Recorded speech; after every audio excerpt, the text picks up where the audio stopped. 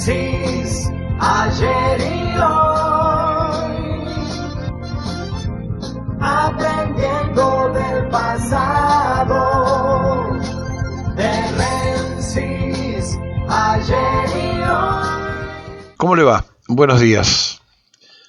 Mire, un poco cansado de el maltrato que tenemos con los propios compatriotas y con el propio ciudadano argentino, donde nuestra propia forma de ser, nuestra manera de ser, hace que no apreciemos el aporte no solo a nuestro país, sino a la humanidad que hacen los nativos de esta tierra.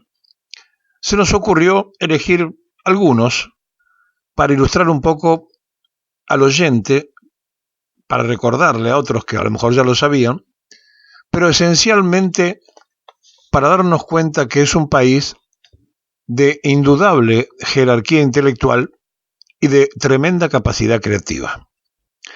Ahora, pese a todo esto, vivimos mal en un país muy rico, vivimos empobrecido en un país enormemente brillante en lo que produce y en lo que da para que viviéramos todos de una forma muy diferente. Y entonces, donde se produce a través del talento y la inteligencia tantas cosas para la humanidad, ¿cómo puede ser que no seamos capaces de producir la dirigencia necesaria e imprescindible para ser una potencia mundial? Tenemos todo para hacerlo, pero fracasamos nosotros, los habitantes de este sector del mundo. Y así, en estos fracasos, queda grabado en la retina de nosotros la salida en helicóptero de Fernando de la Ruina, aquel presidente que llegó con el apellido de la Rúa y se transformó en una verdadera ruina por su administración, el último radical que, como todos, durante mucho tiempo de Irigoyen a él, ninguno terminó el mandato. Y ese helicóptero, para que todos conozcamos, que se usa todos los días en distintas partes del mundo y que se usa en la Argentina para trasladar al presidente de la República, es un invento de Raúl Pateras Pescara, que además este hombre se llamaba, el nombre completo, Raúl Pateras Pescara de Castelluccio, que había nacido en la localidad de Adrogué el 27 de abril de 1890, y a pesar de haber patentado más de 40 inventos diversos, y lo más relevante fue, sin lugar a ninguna duda, el helicóptero con palas contrarrotativas, que son las que le permiten en poco espacio ganar vuelo y bajar, y además fue el primer humano en realizar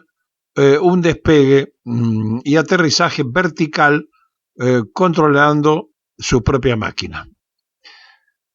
En esto de las invenciones, el sistema de identificación por huella dactilares, que le ha permitido al mundo entero reconocer una persona que se utiliza en toda la investigación criminológica del mundo, es un invento de Juan Bucetich, que si bien era un antropólogo croata, se había nacionalizado argentino y viviendo en nuestro país y en La Plata y también en la localidad de Dolores, fue un policía que desarrolló el primer sistema de identificación por huellas dactilares.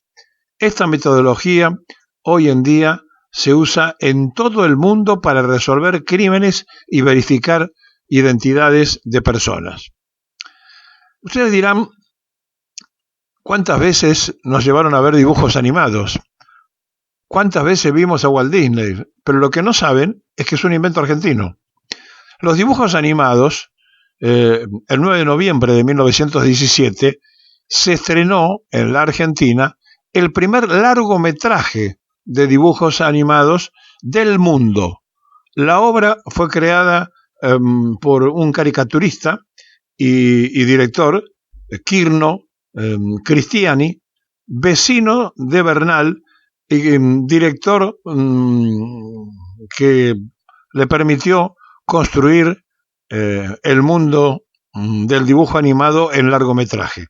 La obra fue creada por este caricaturista y director, Kirno Cristiani, que se llamó, lo que había creado, El Apóstol. Y esta película, sin sonido, era una sátira política. ¿Sobre quién? Sobre el entonces presidente radical Hipólito Yrigoyen. Es decir, el primer dibujo animado, que es un invento argentino, se hizo sobre la historia del presidente radical Hipólito Yrigoyen. Otra de las cosas que no sabemos que también inventamos nosotros fue la camilla automática. En 1994, no hace mucho de esto, Claudio Blota, que fue un inventor rosarino, se encontró con una persona herida en una calle y notó la dificultad para moverse que tenían algunos en la situación para causarle todavía más daño del pensado. Entonces, ¿cómo es posible que para levantar a una persona sin tocarla, pensó, imaginó, para no causarle más daño aún, arrastrándolo como se lo hacía en aquel momento para llevarlo o subirlo a una camilla? Y así nació la idea de una camilla que elevaba al paciente sin necesidad de moverlo manualmente. También la jeringa autodescartable es un invento argentino. Lo hizo Carlos Acusín allá en el año 1989, tras escuchar que en un hospital público de Buenos Aires se utilizaban jeringas descartables. El semáforo. Ustedes se imaginan que el semáforo, cuando lo trajimos aquí, ya en otras partes del mundo existía. Pero el semáforo que nosotros creamos y el bastón para personas no videntes fue un invento de José María Falótico, un político e inventor argentino. Es reconocido como el creador del bastón blanco allá por 1921. La transfusión de sangre indirecta, que tanto se utiliza. Bueno, el médico, investigador y político argentino Luis Agote, fue el primero en realizar una transfusión de sangre de la manera citada el 9 de noviembre de 1914. Esto de la creatividad argentina la podemos estar diciendo toda la mañana. El recorrido del colectivo. El colectivo en sí es un invento nuestro, un invento porteño. Es un derivado del taxi. Cuando ya el taxi llevaba varias personas, y el problema era que cuando subían las mujeres al taxi con sus polleras, era todo un inconveniente cuando había caballeros sentados, y allí se inventó un vehículo más grande, donde pudieran estar separados, más cómodos y demás, y apareció y se inventó el colectivo. Bueno, el recorrido del colectivo, el 24 de septiembre de 1928, un grupo de taxistas crea el primer sistema de colectivos que ahora es universal, pero es un invento de los taxistas argentinos, porque era muy molesto, repito, a las mujeres subir en un taxi que ya llevaban más de una persona para abaratar los viajes y la mujer tenía que pasar entre las piernas de los caballeros. La tapa rosca. La tapa rosca fue un invento de un argentino llamado Jorge Weber en 1968. Esta tapa permite cerrar botellas herméticamente y abrirlas sin necesidad de dispositivos aditivos, solo simplemente girándola. Un invento también nacional. Y se han usado en el mundo, y se usan en el mundo. El Magiclick, ese encendedor fenómeno que apareció de golpe y resolvió el hecho de tener que andar con fósforos o con velas, como hacía la gente a veces, para no quemarse, para prender las primeras cocinas a gas. Bueno, el encendedor mencionado, que es una pieza eléctrica conocida popularmente como el Magiclick, fue inventado por el argentino Hugo Cohan en 1968 y revolucionó el mundo de las cocinas. Podemos estar, le repito, toda la mañana haciendo menciones a la creatividad nacional. Ahora, ¿cómo puede ser que un país que tiene este talento de creatividad, un país que es muy rico, que tiene poca población porque tiene capacidad para que vivan y habiten 800 millones de personas y apenas somos 50, ¿cómo puede ser que vivamos mal? Y entonces aquí viene la primera pregunta. ¿Tanto talento y tanta falta de capacidad en la administración del Estado? Bueno, porque a lo mejor lo que no se preocupó la sociedad fue porque los mejores llegaran al manejo de la cosa pública. A lo mejor esos talentos individuales, los esfuerzos personales, fueron porque las personas en sus hogares decían, vos hacé lo tuyo, vos aprovechá. Y como las migraciones que vinieron de la guerra, escapándose al horror del mundo, la primera y la segunda guerra mundial, crearon a sus descendientes, no te metas, nene, porque mirá lo que le pasó a papá, al tío, al abuelo, a quien fuere, que había quedado en la Europa devastada. Y esas corrientes de no te metas hicieron que finalmente a la administración del Estado público no llegaran los mejores, sino de pronto los que habitaban el mundo de la política, donde los talentos y las capacidades ya no estaban y se buscaba al amigo del amigo para hacer cualquier chanchurro que favoreciera el bolsillo del que lo había puesto. Esto se transformó en una corrupción histórica y entonces se llegó esencialmente al Estado para vivir bien el funcionario y no para hacer de ahí que vivan bien los que justamente lo habían colocado a través del voto de la persona que nombraba a ese funcionario.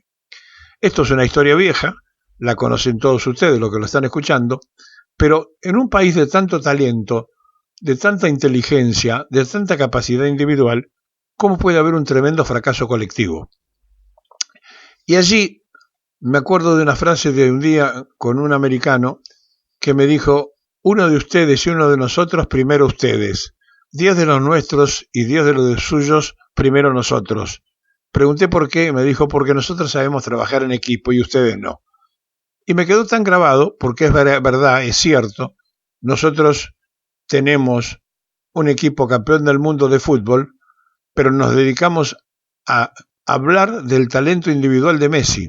Es decir, siempre nosotros buscamos una referencia sobre los demás, el distinto, el capaz de hacer lo que en definitiva hay que hacer en equipo.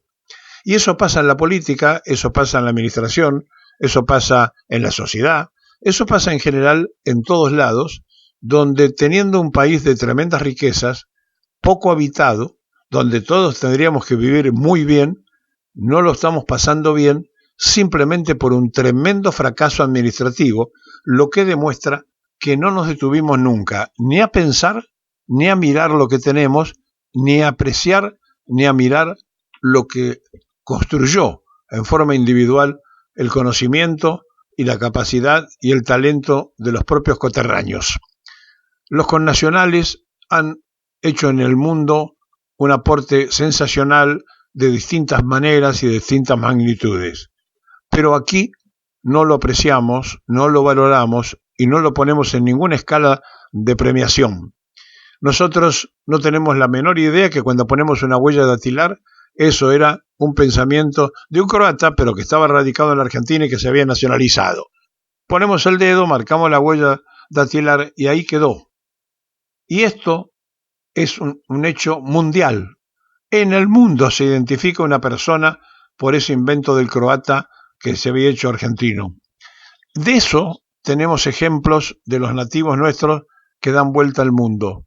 Nosotros podemos estar orgullosos del aporte, del talento, de la capacidad del que nace en esta parte de la sociedad universal. Y sin embargo, fracasamos constante y permanentemente cuando tenemos que actuar de equipo, de comunidad organizada.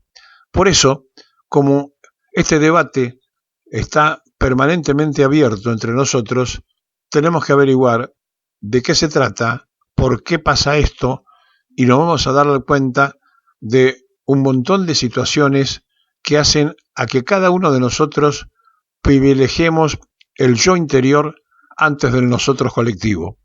Y eso nos ha llevado a una sociedad de individualistas que no tienen el menor sentido de vivir en comunidad organizada, y los talentosos son aprovechados en otras partes del mundo porque nosotros ni siquiera nos enteramos que son inventos nuestros.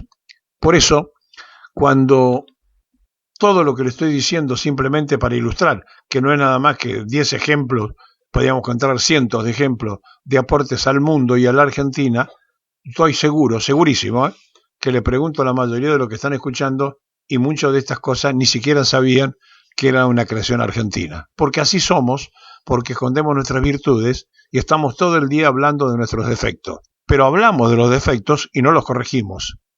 Y no hablamos de nuestras virtudes para copiarlas. Argentinos no somos ni tan malos como creemos, ni tan buenos como pensamos. Pero seguramente hay mucho talento en todos nosotros como para salir de este momento donde pusimos a los peores de lo peor que se podía elegir sentado en el sillón de Rivadavia.